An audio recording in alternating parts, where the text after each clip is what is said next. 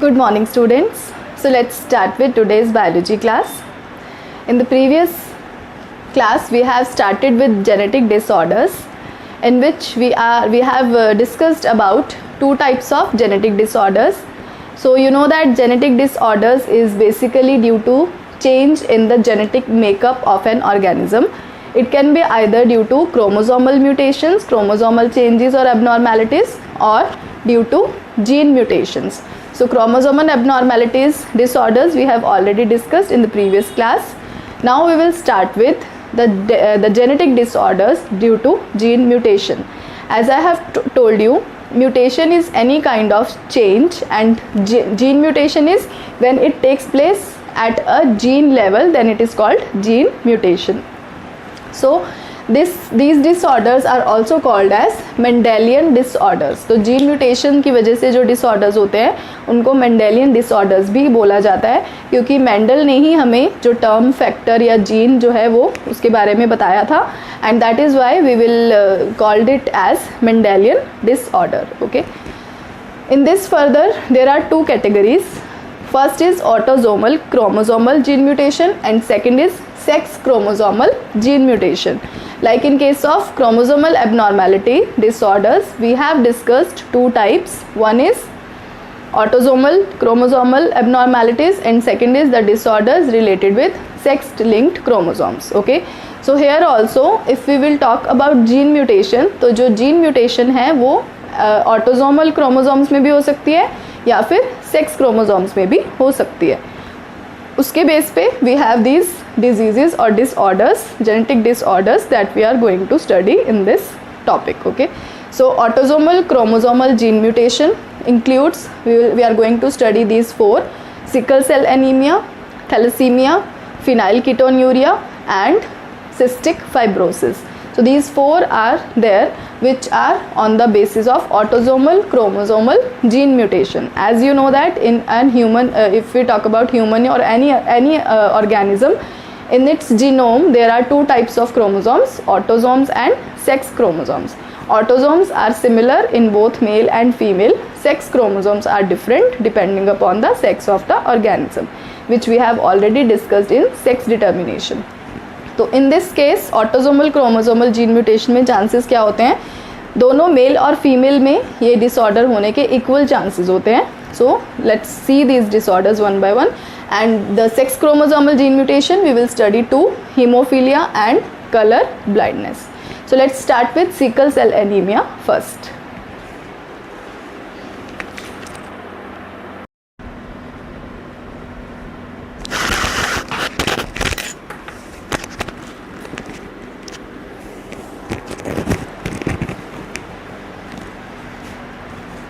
So let's see the first Mendelian disorder, that is sickle cell anemia. So sickle cell anemia is an autosomal recessive genetic disorder. So you know that recessive autosomal I have already cleared, means it will be it is due to the mutation on the mutation of the gene on autosome or autosomal chromosome. Recessive means it will express itself only in the homozygous condition, क्योंकि आपको पता है कि कोई भी gene है, gene का function क्या होता है, वो एक प्रोटीन बनाती है. And for any gene there are two alleles which are alternate and one of which is dominant and other is recessive. तो अगर किसी भी जीन को अपने आप को एक्सप्रेस करना है तो उसके दो एलील्स होते हैं, एक डोमिनेंट होता है, एक रिसेसिव होता है. अगर डोमिनेंट एलील की बात हम करते हैं तो वो अपने आप को होमो और हेट्रो दोनों में एक्सप्रेस करता है, और हेट्रो अगर हम रिसेसिव एलील की बात करें तो वो अपने आप को सिर्फ होमोजाइगस कंडीशन में एक्सप्रेस करता है. तो ये जो डिजीज़ है या डिसऑर्डर है ये एक रिसेसिव जीन की वजह से है. Thank God it is a recessive disorder. Otherwise अगर डोमिनेंट होगा तो ये दोनों में से अगर एक भी क्रोमोसोम के अंदर म्यूटेशन आई तो ये अपने आप को एक्सप्रेस कर देगा. ठीक है, तो this is due to the recessive genetic disorder. what happens in this case? RBCs become sickle shaped, इसीलिए इसको सिकल सेल अनीमिया बोला जाता है. नॉर्मली जो RBCs की शेप होती है राउंड शेप, सर्कुलर शेप होती है, and in this case the RBCs becomes like this. This is the sickle shaped of RBCs.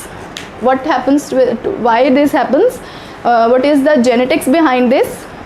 Let me first clear you. This is a kind of point mutation. Point mutation मैंने आपको बताया था जब हमने mutation का topic study किया था, उस टाइम पे मैंने आपको बताया था कि जो डीएनए होता है, अगर आप डीएनए का स्ट्रक्चर देखेंगे तो डीएनए के ऊपर इस तरह से नाइट्रोजनस बेसिस प्रेजेंट होते हैं, ठीक है, CTAG, इस तरह से बहुत सारे नाइट्रोजनस बेसिस प्रेजेंट होते हैं और इनके एक पर्टिकुलर पोर्शन को हम क्या बोलते हैं, जीन। और ये जीन क्या करती है, प्रोटीन को सिंथेसाइज करती है। And this particular sequence of the DNA is called gene, and this particular sequence will decide the formation of a particular protein. If any of the nitrogenous base on the sequence of the gene is replaced or changed, then it is called point mutation. Means अगर एक single nitrogenous base में भी change आ जाता है तो उस mutation को हम क्या बोलते हैं, point mutation, because that is because of very single small point, इसीलिए हम इसको point mutation बोलते हैं। And this sickle cell anemia is because of this point mutation. What happens in this? If you will see, if this is the gene which synthesize a specific protein, कौन सा protein, ये protein जो कि haemoglobin को बना रहा है, ठीक है। वैसे तो हीमोग्लोबिन के अंदर दो तरह के प्रोटीन्स होते हैं, but here we are talking about a specific protein, कि एक जीन है जो कि एक स्पेसिफिक प्रोटीन बना रही है जो कि हीमोग्लोबिन की को फॉर्म करने में हेल्प कर रहा है, ठीक है। अब इस जीन में से हमने एक पोर्शन लिया, उसमें से CTC is a codon. Codon क्या होता है, जीन के ऊपर जो ये नाइट्रोजनस बेस होते हैं इनके 3 ट्रिपलेट्स बने होते हैं, and that triplet is called codon, and that triplet will decide which amino acid will be there in the polypeptide chain to form the protein, ठीक है। तो ये जो ट्रिपलेट है, नॉर्मल जीन के अंदर क्या होता है इसका सीक्वेंस, CTC। वैसे ये बहुत बड़ा ट्रिपलेट है, लेकिन जिसके अंदर म्यूटेशन हो रही है मैं आपको सिर्फ उतना ही पोर्शन दिखा रही हूँ। जैसे अगर ये जीन है तो मैं आपको सिर्फ इतना पोर्शन दिखा रही हूँ जिसमें 3 ट्रिपलेट्स हैं, 3 मीन्स कोडोन है। So this is a part of the gene which synthesize haemoglobin. So CTC, it will undergo point mutation and T will be replaced by A, ठीक है। तो यहाँ पे T की जगह पे क्या आ जाएगा, A। तो A आने की वजह से क्या होगा, यहाँ पे point mutation हो गई। अब T की जगह पे A आने से ऐसा क्या होगा कि इतना बड़ा डिसऑर्डर हो गया, yes it happens due to point mutation the overall sequence of the gene get distorted, due to which the amino acid जो उसने बनाना था वो चेंज हो जाएगा। अमाइनो एसिड चेंज हो गया तो प्रोटीन चेंज हो जाएगा, प्रोटीन चेंज हो गया तो उससे जो फर्दर स्ट्रक्चर बन रहा है, एंजाइम बन रहा है, जो भी बन रहा है वो भी चेंज हो जाएगा, और इससे अल्टीमेटली क्या होगा, डिसऑर्डर हो जाएगा, ठीक है। तो यहाँ पे CTC की जगह पे क्या आ गया, CAC। तो जो CTC था वो कौन सा अमाइनो एसिड बना रहा था, ग्लूटामिक एसिड। ये जो पूरा डिटेल है जब हम नेक्स्ट चैप्टर स्टडी करेंगे genetic basis, molecular basis, then you will be more clear कि हाउ वी फाइंड आउट कि कौन सा कोडोन कौन सा अमाइनो एसिड बनाता है। ये फिक्स होता है, अगर उस कोडोन के अंदर कोई चेंज आ जाता है तो वो अमाइनो एसिड को भी चेंज कर देता है। तो CTC ग्लूटामिक एसिड बना रहा था, अब यहाँ पे रिप्लेस किससे हो गया, ये CAC। इसने कौन सा एसिड बना दिया, वेलिन, ठीक है। तो इससे क्या हुआ, पूरा का पूरा प्रोटीन चेंज हो गया क्योंकि उसका अमाइनो एसिड चेंज हो गया है। And due to this the change in polypeptide will takes place and it will form defective haemoglobin. और इस डिफेक्टिव हीमोग्लोबिन की वजह से ही जो इसका शेप है वो सिकल शेप फॉर्म हो जाएगा, and this will cause sickle cell anaemia. अब इसके कॉजेज़ या इफ़ेक्ट्स क्या हैं या सिम्टम्स क्या हैं, ऑक्सीजन डेफिशिएंसी। ऑब्वियसली एक तो क्या है कि हीमोग्लोबिन डिस्टॉर्टेड हो गया है, प्रॉपर फंक्शन नहीं कर पा रहा है, और हीमोग्लोबिन का फंक्शन होता है ऑक्सीजन को ट्रांसपोर्ट करना। हीमोग्लोबिन नहीं होगा तो ऑक्सीजन भी ट्रांसपोर्ट नहीं होगी, तो ऑक्सीजन की डेफिशिएंसी हो जाएगी। सेकंड, एनीमिया हो जाएगा, क्योंकि RBCs जो हैं वो इस शेप में होते हैं, स्फेरिकल शेप में, लेकिन अगर वो सिकल शेप में हो जाएंगे तो वो ज़्यादा टाइम तक सर्वाइव नहीं कर पाएंगे, तो धीरे धीरे RBC डेड होना स्टार्ट हो जाएंगे। RBCs की डेड होने की वजह से क्या होगा, blood deficiency which will cause anaemia, ठीक है। तो this is all about sickle cell anaemia which is a Mendelian genetic autosomal recessive disorder. Now how we can find कि how the sickle cell anaemia can be transferred to next generation, what can be the chances, we will see with the help of a cross, और उसी के base पे हम pedigree analysis कर सकते हैं। जब हम ये सारे डिसऑर्डर स्टडी कर लेंगे उसके बाद मैं आपको पेडिग्री एनालिसिस के बारे में बताऊंगी, टू फाइंड आउट कि किस तरह से हम रिलेट कर सकते हैं, क्योंकि जेनेटिक डिसऑर्डर्स ऐसे डिसऑर्डर्स हैं जो नेक्स्ट जनरेशन में भी पास हो जाते हैं, तो उसके हम चांसेस कैलकुलेट कर लेते हैं कि अगर किसी पर्सन को मेल या फीमेल में से पेरेंटल जनरेशन में एक स्पेसिफिक डिसऑर्डर है तो नेक्स्ट जनरेशन में क्या चांसेस होंगे चिल्ड्रन को ये डिसऑर्डर होने के. तो to find out the sickle cell anaemia we will see a cross to make it more clear.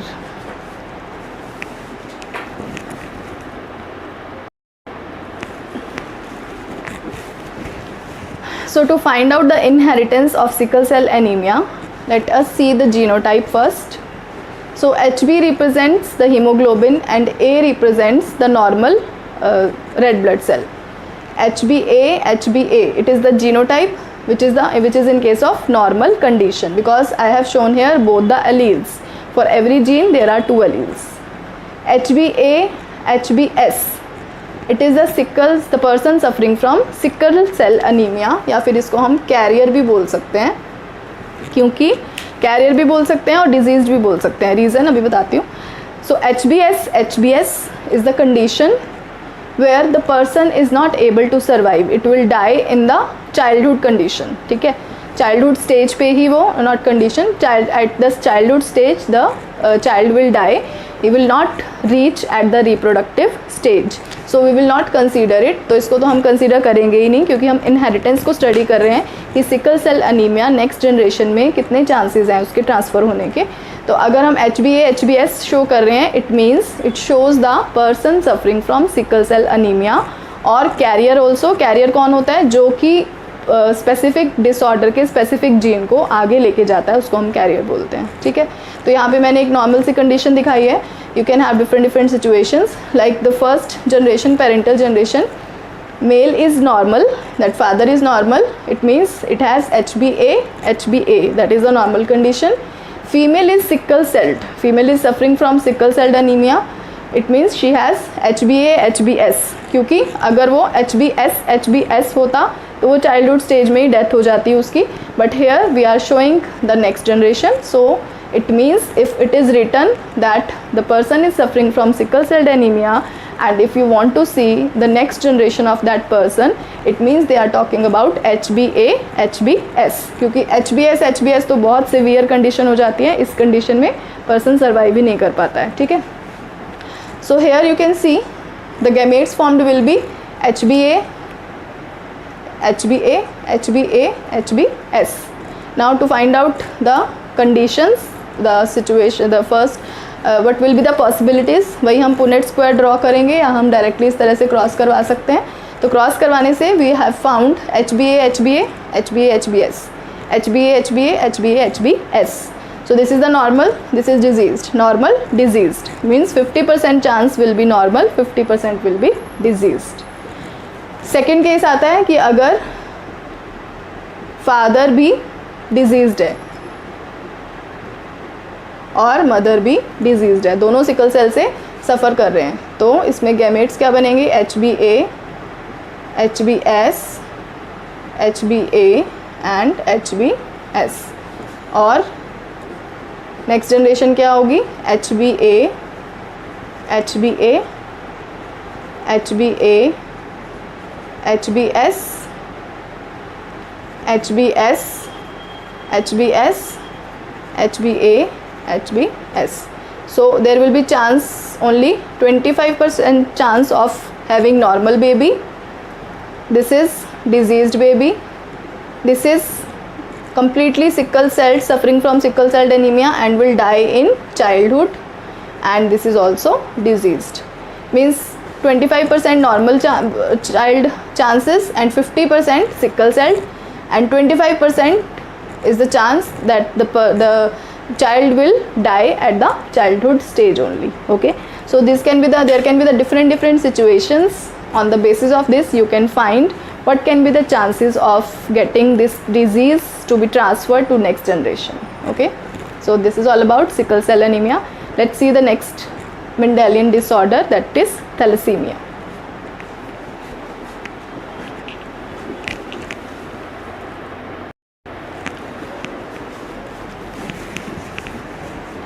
So next Mendelian disorder is thalassemia. This disease is also called as Cooley's disease. because it was discovered by scientist Cooley. Okay, it is an autosomal recessive blood disease. Same, autosomal, because it is on due to the mutation on autosomal chromosome, and recessive means it will express only in the homozygous condition, and it is a blood disease. Why? Because it is because of also distortion in the structure of the hemoglobin. As we know, hemoglobin is made up of alpha and beta chains. So if there is a defect in the gene synthesizing alpha chain of hemoglobin, then this type of thalassemia is called alpha thalassemia or A thalassemia, means thalassemia A. And if the defect is in the gene forming beta chain of hemoglobin, then such thalassemia is called beta thalassemia or thalassemia B. This is A type, this is B type, depending upon the defect in the gene, mutation in the gene. So what happens in this case? The person's bone marrow does not work properly, the hemoglobin get distorted, the person may suffer from anemia, the RBCs does not synthesize regularly properly. So there should be a regular blood transfusion required by the patient. ठीक है, तो इसमें क्या होता है कि body में RBCs synthesise नहीं हो पाते, तो इसलिए जो डेड RBCs जो होते हैं ब्लड में से, उनको टाइम टू टाइम रिप्लेस करना पड़ता है. तो पूरा का पूरा बॉडी का ब्लड ट्रांसफ्यूज करवाना पड़ता है regularly, so that the new RBCs can be added on. Okay, so this is a very severe disease, and it is also again an autosomal recessive, so it will be transferred in the same, the inheritance if you will see, it is exactly same as that of sickle cell anemia.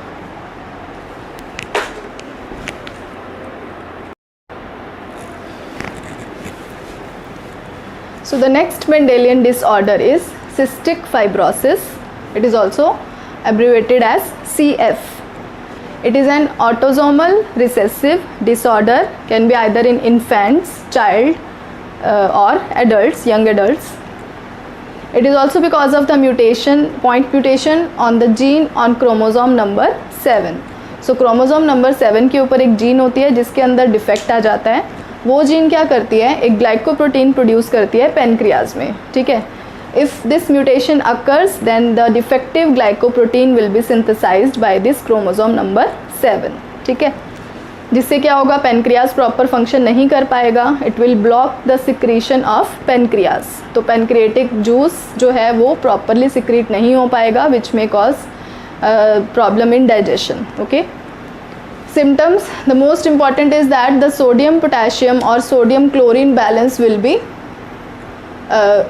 Sodium chlorine balance will be distorted. तो जो sodium और chlorine का जो balance होता है sales के अंदर, वो पूरा मिसबैलेंस हो जाएगा. Second is, if you will see, the sweat of this person will have very high level of sodium and chloride ions, and accumulation of thick mucus in the lungs is also one of the symptoms of this disease. तो जो lungs के अंदर बहुत ज़्यादा mucus accumulate होने लग जाएगा, जिसकी वजह से रेस्पिरेटरी डिसऑर्डर्स हो सकते हैं, एस्थमा हो सकता है, इवन डेथ भी हो सकती है पर्सन की. सो this is the cystic fibrosis disease, and it is also an autosomal recessive disorder, so the inheritance will be in the same way. And the next disorder is phenylketonuria. We have already studied about this, phenylketonuria. Okay, so that is because of some distortion in the enzyme phenylketone, and this will cause the uremia. So this disorder we have already discussed in the chapter. So now we will start with the sex linked chromosomal Mendelian disorders.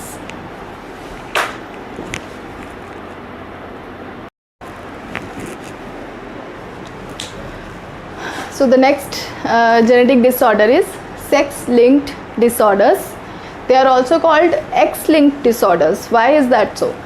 Because you know that these are sex-linked disorders, so they will include the change in the genes present on sex chromosomes. As you know, in human there are two sex chromosomes, X and Y.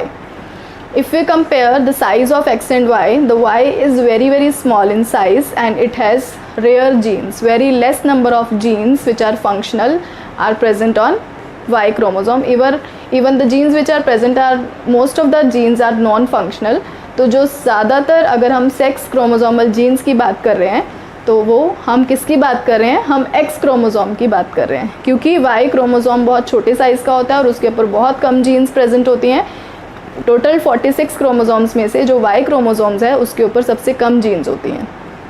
And that is why and if we are not considering here, if we are not mentioning here कि अगर मैं यहाँ पे सिर्फ एक word use कर रही हूँ sex linked disorder, I am obviously talking about x linked disorder. अगर मैंने यहाँ पे स्पेसिफिकली मेंशन नहीं किया है वाई क्रोमोसोम तो मैं ऑटोमेटिकली एक्स क्रोमोसोम के बारे में ही बात कर रही हूँ, ठीक है। तो इसका रीज़न क्लियर है, because the X chromosomes has many functional genes but Y chromosomes do not have many functional genes, okay. So here we are talking about X-linked disorders. So first one is hemophilia. It is an sex-linked recessive blood disorder. Again, it is a recessive disorder, means it will express itself only in the homozygous condition. And it is a blood disorder. Why? It is also called bleeder's disease. और इसको royal disease भी बोलते हैं क्योंकि ये royal family में ही इसका जो है इनहेरिटेंस देखा गया था, जेनेटिकली आगे आगे पास हो रही थी। रॉयल इसलिए बोलते हैं because it was found in royal family, not because of its importance कि इतनी it is as that good we are calling it as royal, it is just because of it was found in the royal family. Why it is called bleeders disease?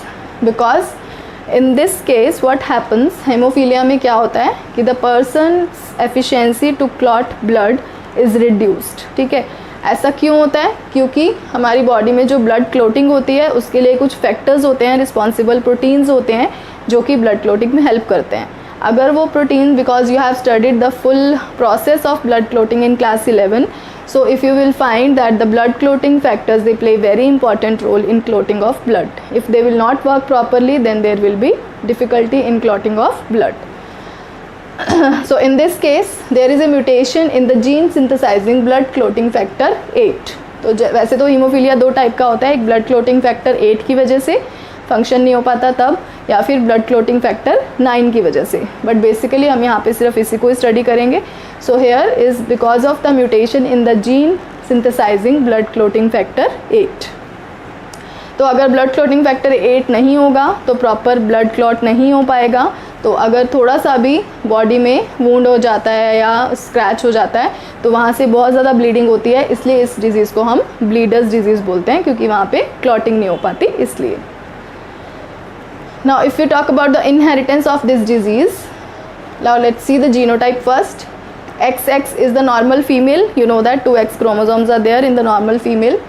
If one of the X chromosome carry this disorder, the gene, you can say the mutated gene, then it will be represented by XH, ठीक है। तो यहाँ पे हम XH से represent करेंगे, और यहाँ पे आपने देखा है कि मैंने सिर्फ एक के ऊपर H शो किया है, तो it means it is a carrier female, means आपको मैंने बताया it is a recessive disorder. तो ये अपने आप को तभी एक्सप्रेस करेगा जब ये दोनों एक्स के ऊपर प्रेजेंट होगा, जैसे कि इस केस में यहाँ पे मैंने एक्स के ऊपर एच लिखा है और यहाँ पे भी एच लिखा है। और एक चीज़ और, यहाँ पे मैंने स्मॉल एच का यूज़ किया है because the small recessive is always shown with the small letter, okay. तो XH, X is the carrier female and XH, H is the haemophilic female.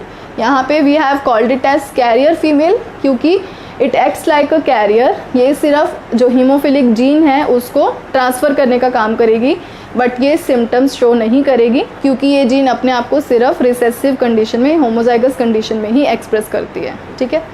So XH, XH is the haemophilic female. Now in case of males XY is the normal male, XHY is the haemophilic male. Now point to be noted that here I have shown H haemophilic gene over X chromosome. Y के ऊपर मैंने आपको बताया था कि कोई भी gene present नहीं होती, फंक्शनल या हीमोफिलिक। तो यहाँ पे अगर सिर्फ X के ऊपर भी प्रेजेंट होगी तो भी जो मेल है वो हीमोफिलिक हो जाएगा।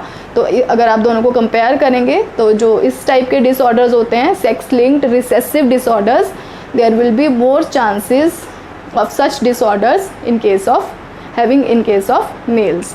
तो मेल्स के केस में जो सेक्स लिंक डिसऑर्डर्स हैं वो ज़्यादा होने के चांसेस होते हैं एज़ कम्पेयर टू फीमेल्स, क्योंकि मेल में वाई क्रोमोसोम होता है, वो अपने आप को एक्सप्रेस नहीं करता।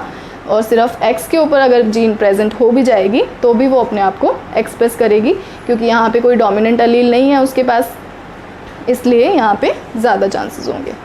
Now to see the inheritance I have given an example. तो इस तरह से आप डिफरेंट क्रॉस बना सकते हैं, पेडिग्री एनालिसिस कर सकते हैं। अभी हम इसके बाद करेंगे pedigree analysis, then you will find the different situations. Here I have shown a normal female parental generation, normal female XX with the hemophilic male XHY. Okay, gametes will be XX normal and here gametes will be XH and Y. F1 generation will be, you can make the Punnett square to find out XXH, XXH, XY, XY. It is a carrier female, not hemophilic. Hemophilic कब होगी? जब दोनों के ऊपर H होगा। Again it is a carrier female, normal male. So you can find out, it is surprising that the parental generation, the mother was normal, father was hemophilic, but in the next generation both the male child were normal, क्योंकि जो hemophilic gene थी वो कहाँ पे transfer हो गई? Female के अंदर, ठीक है, डॉटर के अंदर, क्योंकि मैंने आपको क्रिस क्रॉस इनहेरिटेंस भी बताया था, जहाँ पे जो जीन है वो फादर से डॉटर में जाती है और डॉटर से ग्रैंडसन में जाती है। अगर आप इसकी नेक्स्ट जनरेशन देखोगे तो जो नेक्स्ट जनरेशन में ग्रैंडसन होगा उसमें हीमोफीलिया होगा, लेकिन फर्स्ट जनरेशन में हीमोफीलिया ट्रांसफ़र नहीं होगा क्रिस क्रॉस इनहेरिटेंस के थ्रू, ठीक है। और यहाँ पे भी जो फीमेल्स हैं वो नॉर्मल दिखेंगी, हमें हीमोफिलिक नहीं लगेंगी, बट अगर वो नेक्स्ट जनरेशन में हम उसकी बात करेंगे, इसको क्रॉस को बनाएंगे, then they will transfer their haemophilic factor H to the next generation, ठीक है। So like this we can find out the different situations to find out how the different genes or disorders will be transferred to next generation.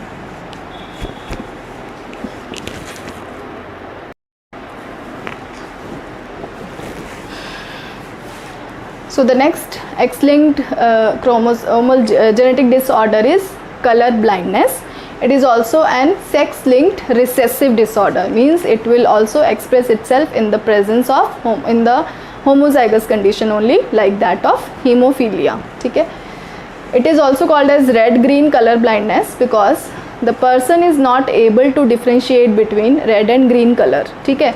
तो colour blindness का मतलब क्या है? Blindness में क्या होता है, कम्प्लीटली विजन जो है वो ज़ीरो हो जाता है, बट इस केस में क्या होगा, विजन नॉर्मल होगा पर्सन का, पर्सन इजीली देख पाएगा, कोई प्रॉब्लम नहीं होगी उसको, लेकिन वो कलर में डिफ्रेंशिएट नहीं कर पाएगा, क्योंकि जो जीन रोड्स और कोन्स जो होते हैं हमारी बॉडी में, हमारी आई सेल्स के अंदर, तो जो कलर्ड सेल्स कलर डिफ्रेंशिएशन के लिए जो प्रोटीन सिंथेसाइज करते हैं, उस जीन के अंदर म्यूटेशन आ जाती है, जिसकी वजह से वो they are not able to differentiate between red and green colour, ठीक है। वो रिफ्लेक्शन नहीं हो पाती है उनकी आइज़ में, जिसकी वजह से they show colour blindness, otherwise they are completely normal, the vision is normal. So it is also called red green because यहाँ पे स्पेसिफिकली हम रेड और ग्रीन कलर की बात कर रहे हैं, प्राइमरी कलर्स को ही इंक्लूड कर रहे हैं, ठीक है। इनहेरिटेंस एग्जैक्टली सेम, जो हमने हीमोफीलिया का स्टडी किया है वैसे इसमें होगा। XX is the normal female, XCX is the carrier female, क्योंकि यहाँ पे रिसेसिव डिसऑर्डर है, इसलिए अगर एक X के ऊपर प्रेजेंट होगा तो ये कैरियर फीमेल होगी, मीन्स इसके अंदर जीन तो प्रेजेंट है, हीमोफिलिक कलर ब्लाइंड वाली जीन प्रेजेंट है, but it will not show the symptoms. Next is XC is the completely colour blind female. Now in case of male, XY is the normal male, XCY is a colour blind male, क्योंकि यहाँ पे Y के ऊपर कोई gene नहीं है, सिर्फ X के ऊपर भी अगर जीन आ गई कलर ब्लाइंड की तो भी वो कलर ब्लाइंडनेस शो करेगा, ठीक है। So the same cross we can make for the colour blindness also, बिल्कुल सेम जो हमने हीमोफीलिया के लिए बनाया था वही सेम होगा। और इससे रिलेटेड जो क्रॉस हैं क्वेश्चंस बहुत आते हैं बोर्ड एग्जाम में, तो you have to practise more and more. I will share some questions also with you so that you can make practice, you can do practice of the crosses, कि how we can find out the inheritance, how we can find कि next generation में कितने chances हैं किसी भी disorder के transfer होने के। So this is all about genetic disorder. Only one topic is left, that is pedigree analysis.